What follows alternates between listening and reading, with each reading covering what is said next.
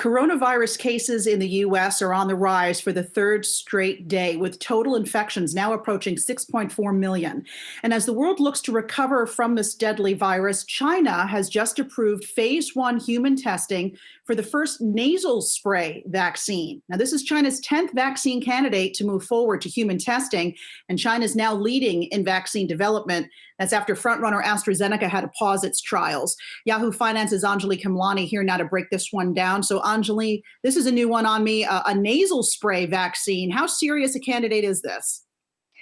Well, Alexis, we've actually been hearing a lot about different types of delivery methods.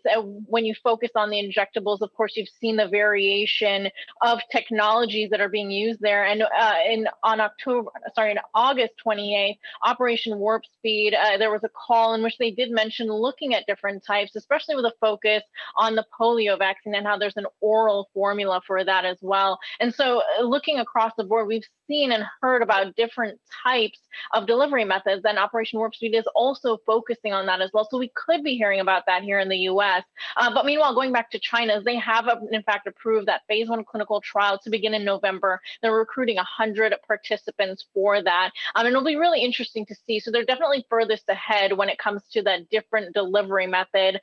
Meanwhile, as you pointed out, AstraZeneca does have their trial on hold, but we have also heard from the CEO that they do expect to sort of fall into that same timeline of being able to deliver that vaccine this year. Anjalee, is one delivery method better than another?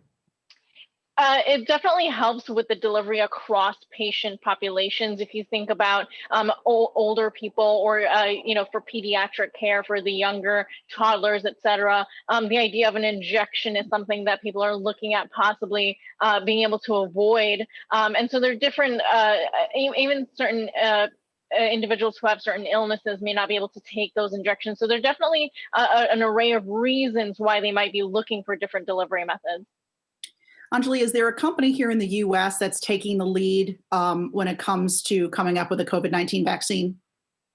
We have already seen that Moderna and Pfizer, with their partner, are sort of the two front runners in the U.S. in terms of U.S. developments. They're already in phase 3 trials. They started on the same day, and we're waiting to see what those trial results will look like. As we know and have heard a lot about recently, this phase 3 trial is the one that you can't really rush so much, and definitely have to wait to hear and observe and monitor what happens with these trials.